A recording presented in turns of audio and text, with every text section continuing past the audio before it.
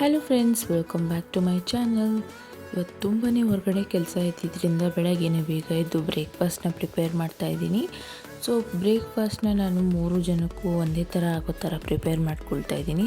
So ಖಾರ ಪೊಂಗಲ್ ಮಾಡಿದ್ರೆ ನಾವು ತಿನ್ಬೋದು, ಪಾಪುನು ತಿನ್ಬೋದು. ಹಾಗಾಗಿ ಖಾರ ಪೊಂಗಲ್ನ ಇವತ್ತು ಬ್ರೇಕ್ಫಾಸ್ಟಾಗಿ ನಾನು ಮಾಡ್ಕೊತಾ ಇದ್ದೀನಿ. ಸಿಂಪಲ್ಲಾಗಿ ಮಾಡ್ಕೊಳ್ಳುವಂಥದ್ದು ಮತ್ತು ಕ್ವಿಕ್ಕಾಗಿ ಆಗುವಂಥದ್ದು ಈಸಿ ಬ್ರೇಕ್ಫಾಸ್ಟ್ ಅಂತಲೇ ಹೇಳ್ಬೋದು. ಸೊ ಜಸ್ಟ್ ಒಂದು ಕುಕ್ಕರ್ಗೆ ರೈಸು ಮತ್ತು ಹೆಸರುಬೇಳೆನ ಎಷ್ಟು ಸಮ ಪ್ರಮಾಣವಾಗಿ ತಗೊಂಡು ಅದನ್ನು ಚೆನ್ನಾಗಿ ತೊಳೆದಿಟ್ಕೊಂಡು ಅದಕ್ಕೆ ಸ್ವಲ್ಪ ರುಚಿಗೆ ತಕ್ಕಷ್ಟು ಉಪ್ಪು, ಅದ್ರ ಜೊತೆಗೆ ಅರ್ಧ ಟೇಬಲ್ ಸ್ಪೂನ್ ಆಗುವಷ್ಟು ಅರಿಶಿನ ಇದನ್ನು ಹಾಕಿ ನಾನು 2 ವಿಸಿಲ್ ತೊಗೊಳ್ತಾ ಇದ್ದೀನಿ. ಸೊ ನೀರನ್ನ ಸ್ವಲ್ಪ ಹೆಚ್ಚಿಗೆ ಹಾಕ್ಕೊಬೇಕಾಗತ್ತೆ. ಇದಾದ ನಂತರ ಒಂದು ಬಾಣಲಿಯಲ್ಲಿ ಎಣ್ಣೆನ ಹಾಕ್ಕೊಂಡು ಸಾಸಿವೆ, ಜೀರಿಗೆ ಹಾಗೆ ಸ್ವಲ್ಪ ಮೆಣಸನ್ನು ಹಾಕ್ಕೊಳ್ತಾ ಇದ್ದೀನಿ. ಸೊ ಖಾರ ಪೊಂಗಲ್ಗೆ ಮೇನು ಬೇಕಾಗಿರೋದು ಮೆಣಸು. ಸೊ ಮಕ್ಕಳು ತಿನ್ನೋದ್ರಿಂದ ನಾನು ಕಡಿಮೆ ಹಾಕ್ಕೊಳ್ತಾ ಇದ್ದೀನಿ. ನೀವು ಅದನ್ನು ಒಂದು ಸ್ವಲ್ಪ ಜಾಸ್ತಿ ಹಾಕ್ಕೊಳ್ಳಿ, ಅಂದರೆ 1 ಟೇಬಲ್ ಸ್ಪೂನ್ ಹಾಕ್ಕೊಳ್ಳಿ. ನಾನು ಅರ್ಧ ಟೇಬಲ್ ಸ್ಪೂನ್ ಹಾಕ್ಕೊಂಡಿದ್ದೀನಿ. ಅದ್ರ ಜೊತೆಗೆ ಈರುಳ್ಳಿ ಹಾಕ್ಕೊಂಡಿದ್ದೀನಿ. ಹಾಗೆ ಹಸಿರು ಮೆಣಸಿನ್ಕಾಯಿ, ಒಂದು 4 ಹಸಿರು ಮೆಣಸಿನ್ಕಾಯಿನ ನಾನು ಕಟ್ ಮಾಡ್ಕೊಳ್ತಾ ಇದ್ದೀನಿ. ಇದಷ್ಟೊಂದು ಖಾರ ಇರೋದಿಲ್ಲ, ನೀವು ಖಾರ ಇರೋ ಮೆಣಸಿನ್ಕಾಯಿನ ಹಾಕ್ಕೊಳ್ಳಿ, ರುಚಿ ಚೆನ್ನಾಗಿರುತ್ತೆ. ಅದ್ರ ಜೊತೆಗೆ ಕರಿಬೇವಿನ ಸೊಪ್ಪನ್ನು ಕೂಡ ಹಾಕ್ಕೊಳ್ತಾ ಇದ್ದೀನಿ. ಆ ಒಗ್ಗರಣೆ ಮಾಡ್ಕೊಳ್ಳೋ ಅಷ್ಟೊತ್ತಿಗೆ ಒಂದು ಕಡೆ ನಾನು ಕುಕ್ಕರಲ್ಲಿ ಇಟ್ಕೊಂಡಿದ್ದು 2 ವಿಸಿಲ್ ತೊಗೊಂಡ್ಮೇಲೆ ಅದು ಕೂಡ ಚೆನ್ನಾಗಿ ಬೆಂದಿತ್ತು. ಸೊ ಇದಾದಮೇಲೆ ಅದಕ್ಕೆ ನಾನು ಒಂದು ಚಿಟಿಕೆಯಷ್ಟು ಇಂಗನ್ನು ಸೇರಿಸ್ತಾ ಇದ್ದೀನಿ.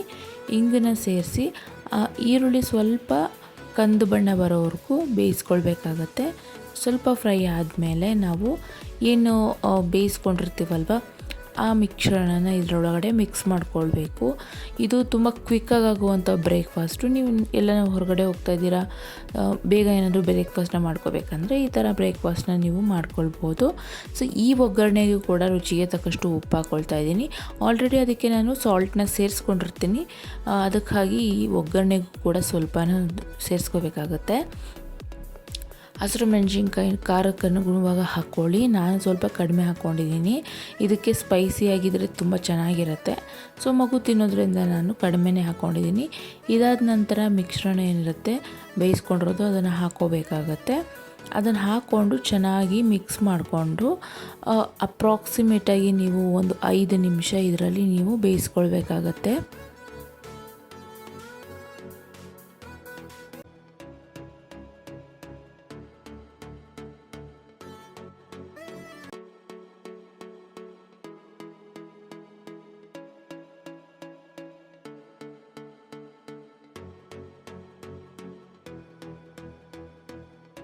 ಲಾಸ್ಟಲ್ಲಿ 1 ಟೇಬಲ್ ಸ್ಪೂನ್ ಆಗುವಷ್ಟು ತುಪ್ಪನ ಹಾಕ್ಕೊಳ್ಳಿ.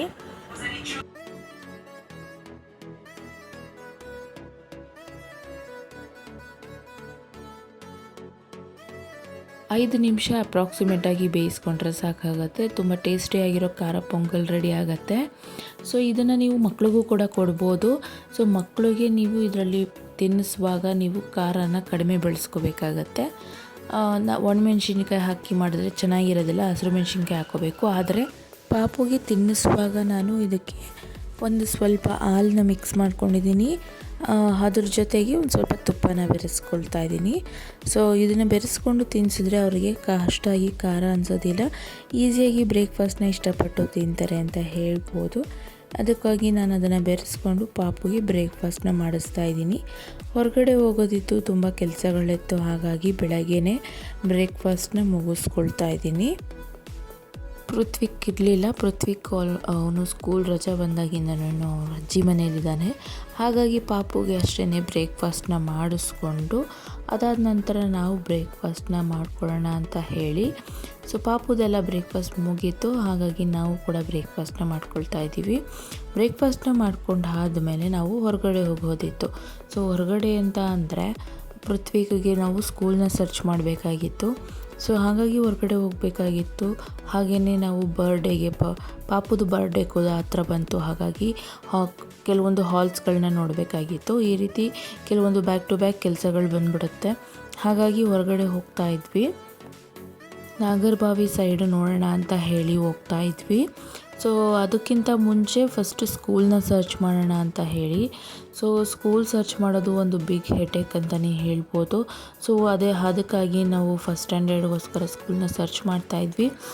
ಫಸ್ಟ್ ಸ್ಟ್ಯಾಂಡರ್ಡಿಗೆ ಅಂತ ಒಂದು ಸ್ಕೂಲ್ನ ನೋಡಿದ್ಮೇಲೆ 10th ನಾವು ಅಲ್ಲೇ ಹಾಕಬೇಕಾಗತ್ತೆ. ಹಾಗಾಗಿ ಮುಂಚೆನೇ ಅದ್ರ ಬಗ್ಗೆ ತಿಳ್ಕೊಂಡು ಸ್ಕೂಲ್ ಬಗ್ಗೆ ಫೀಡ್ಬ್ಯಾಕ್ನ ತಿಳ್ಕೊಂಡು ಸರ್ಚ್ ಮಾಡಿ ಸ್ಕೂಲ್ನ ನೋಡಬೇಕಾಗತ್ತೆ. ಹಾಗಾಗಿ ನಾವು CBSE ಬೆಸ್ಟ್ ಸ್ಕೂಲ್ನ ನಾವು ಸರ್ಚ್ ಮಾಡ್ತಾಯಿದ್ವಿ. ಸೊ ಹಾಗಾಗಿ ಫಸ್ಟು RNSಗೆ ಬಂದ್ವಿ. RNS ಬಂದು ಚನ್ನಸಂದ್ರದಲ್ಲಿದೆ. ಅದಾದಮೇಲೆ ನಾರಾಯಣಗೆ ಬಂದ್ವಿ.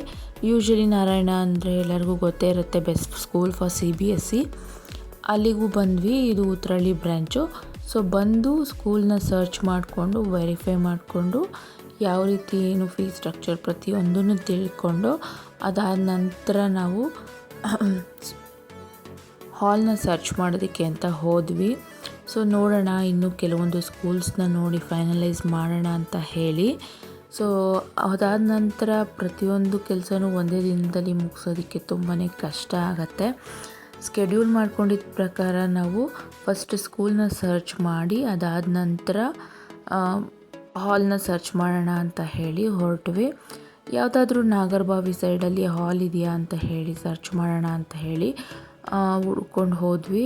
ಅದಾದ ನಂತರ ಎಲ್ಲ ನೋಡ್ಕೊಂಡು ಆದಮೇಲೆ ಯಾವುದಾದ್ರೂ ಒಂದು ಹಾಲ್ ಫಿಕ್ಸ್ ಮಾಡಬೇಕಾಗಿತ್ತು. ಏನಕ್ಕೆ ಅಂತ ಅಂದರೆ ಆಲ್ಮೋಸ್ಟ್ ಬರ್ಡೇ ತುಂಬ ಹತ್ರ ಇತ್ತು. ಹಾಗಾಗಿ ಪಾಪುದು ಬರ್ಡೇ ಹಾಗೆಯೇ ಪೃಥ್ವಿಗ್ದು ಬರ್ಡೇ ಒಟ್ಟಿಗೆ ಮಾಡೋಣ ಅಂತ ಹೇಳಿ ಹಾಲ್ನ ಸರ್ಚ್ ಮಾಡ್ತಾಯಿದ್ವಿ. ಪಾಪುದು ಬರ್ಡೇ ಮಾಡಿದ ನಂತರ ನಮ್ಮ ಮನೇಲಿ ಆಲ್ಮೋಸ್ಟ್ ಯಾವುದು ಫಂಕ್ಷನ್ಸ್ಗಳು ಇರೋದಿಲ್ಲ. ಹಾಗಾಗಿ ಸ್ವಲ್ಪ ಚೆನ್ನಾಗಿ ಮಾಡೋಣ ಅಂತ ಹೇಳಿ, ಮಕ್ಕಳಿಗೆ ತುಂಬ ಇರುತ್ತೆ, ಅವ್ರ ಫ್ರೆಂಡ್ಸ್ಗಳನ್ನ ಕರಿಬೇಕು, ಬರ್ಡೇ ಸೆಲೆಬ್ರೇಟ್ ಮಾಡ್ಕೊಳ್ಬೇಕು ಅಂತ ಹೇಳಿ. ಬಟ್ ನಾವು ಪೃಥ್ವಿಗೆ birthday first year birthday celebrate ಮಾಡಿದಾಗ ಆ್ಯಕ್ಚುಲಿ ಲಾಕ್ಡೌನ್ ಇತ್ತು. ಹಾಗಾಗಿ ಇಬ್ರಿಗೂ ಒಟ್ಟಿಗೆ ಒಂದೇ ಮಂತಲ್ಲಿರೋದ್ರಿಂದ 1 ವೀಕ್ ಡಿಫ್ರೆನ್ಸ್ ಇರೋದ್ರಿಂದ ಇಬ್ಬರೂ ಒಟ್ಟಿಗೆ ಸೆಲೆಬ್ರೇಟ್ ಮಾಡೋಣ ಅಂತ ಹೇಳಿ ಹಾಲ್ನ ನೋಡಿಕೊಂಡು ಬುಕ್ ಮಾಡಿಕೊಂಡು ಬಂದ್ವಿ. ಹಾಗೆಯೇ ಸ್ವಲ್ಪ ಹೊರಗಡೆ ಹಾಗೆ ಇನ್ನೂ ಸ್ವಲ್ಪ ಟೈಮ್ ಇದ್ದಿದ್ದರಿಂದ ಲಡ್ಡುಗೆ ತುಂಬ ಬೋರ್ ಆಗ್ತಾ ಇರುತ್ತೆ ಪೃಥ್ವಿಗೆ ಇಲ್ಲದೆ ಇರೋದ್ರಿಂದ ಅಂತ ಹೇಳಿ ಅಲ್ಲೇ ಪಾರ್ಕಿಗೂ ಕೂಡ ಕರ್ಕೊಂಡು ಹೋಗಿದ್ವಿ.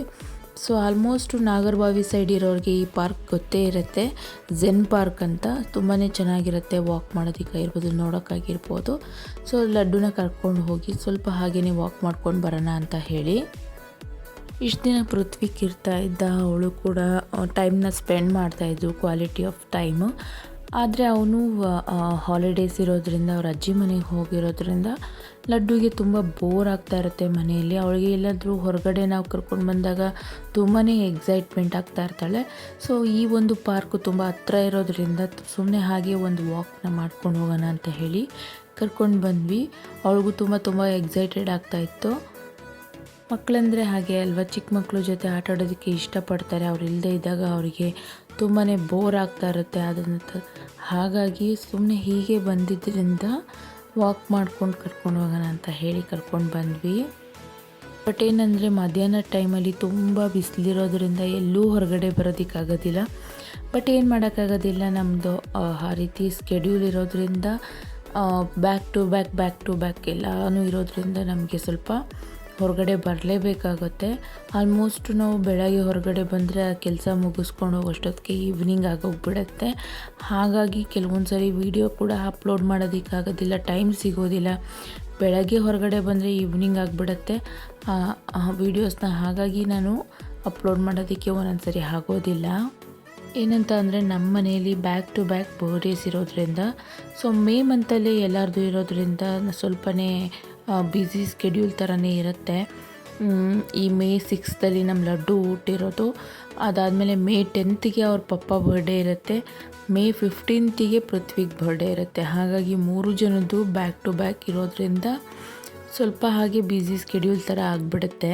ಸೊ 3 ಜನದ್ದು ಒಂದೇ ಮಂತಲ್ಲಿದೆ. ಹಾಗೆಯೇ ಬ್ಯಾಕ್ ಟು ಬ್ಯಾಕ್ ಆಲ್ಮೋಸ್ಟ್ ಒಂದು 4 days ಡಿಫ್ರೆನ್ಸಲ್ಲಿ ಇರೋದ್ರಿಂದ ಈ ಸರಿಯ ಬರ್ಡೇನ ಲಡ್ಡುದು ಬರ್ಡೇ ಜೊತೆಗೆ ಎಲ್ಲ ಚೆನ್ನಾಗಿ ಸೆಲೆಬ್ರೇಟ್ ಮಾಡೋಣ ಅಂತ ಹೇಳಿ ಸ್ಕೆಡ್ಯೂಲ್ ಮಾಡಿಕೊಂಡು ತುಂಬಾ ಪ್ರಿಪ್ರೇಷನ್ಸ್ನ ಮಾಡ್ಕೊಂಡಿದ್ದೀನಿ.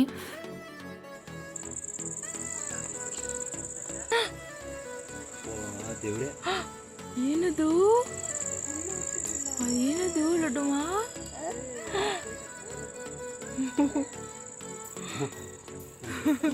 ಸಮಥಿಂಗ್ ಗೋಸ್ಟ್ ಅಂತ.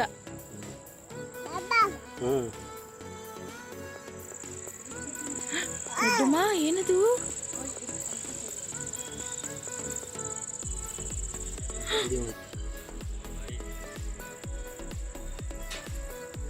ಪ್ರತಿಗೆ ವಿಡಿಯೋ ಕಾಲ್ ಮಾಡಬೇಕು.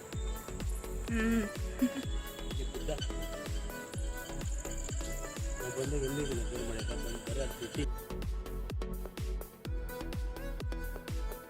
ಸೊ ಫ್ರೆಂಡ್ಸ್, ನೋಡಿದ್ರಲ್ಲ, ಇದು ನಮ್ಮ ಮನೆಯ ಒಂದು ಪುಟ್ಟ ವ್ಲಾಗ್ ಆಗಿರುತ್ತೆ. ಈ ವಿಡಿಯೋ ಇಷ್ಟ ಆದರೆ ಲೈಕ್ ಮಾಡಿ. ಯಾರೆಲ್ಲ ಸಬ್ಸ್ಕ್ರೈಬ್ ಮಾಡ್ಕೊಳ್ದೆ ಚಾನಲ್ನ ನೋಡ್ತಾ ಇದ್ದೀರಾ, ಸಬ್ಸ್ಕ್ರೈಬ್ ಮಾಡ್ಕೊಂಡು ನೋಡಿ. ವಿಡಿಯೋ ಇಷ್ಟ ಆದರೆ ಲೈಕ್ ಮಾಡಿ, ಇಷ್ಟ ಆಗಿಲ್ಲ ಅಂದರೆ ಇಗ್ನೋರ್ ಮಾಡ್ಕೊಳ್ಬೋದು. ಸಬ್ಸ್ಕ್ರೈಬ್ ಮಾಡ್ಕೊಳ್ಳುವಾಗ ಪಕ್ಕದಲ್ಲಿರೋ ಬೆಲ್ ಐಕನ್ನ ಕ್ಲಿಕ್ ಮಾಡಿ. ನನ್ನ ಎಲ್ಲ ವಿಡಿಯೋ ನೋಟಿಫಿಕೇಷನ್ ಕೂಡ ನಿಮಗೆ ಬರುತ್ತೆ. ಮತ್ತು ಇನ್ನೊಂದು ವಿಡಿಯೋದಲ್ಲಿ ಸಿಗ್ತೀನಿ. ಅಲ್ಲಿವರೆಗೂ ಥ್ಯಾಂಕ್ ಯು ಆಲ್.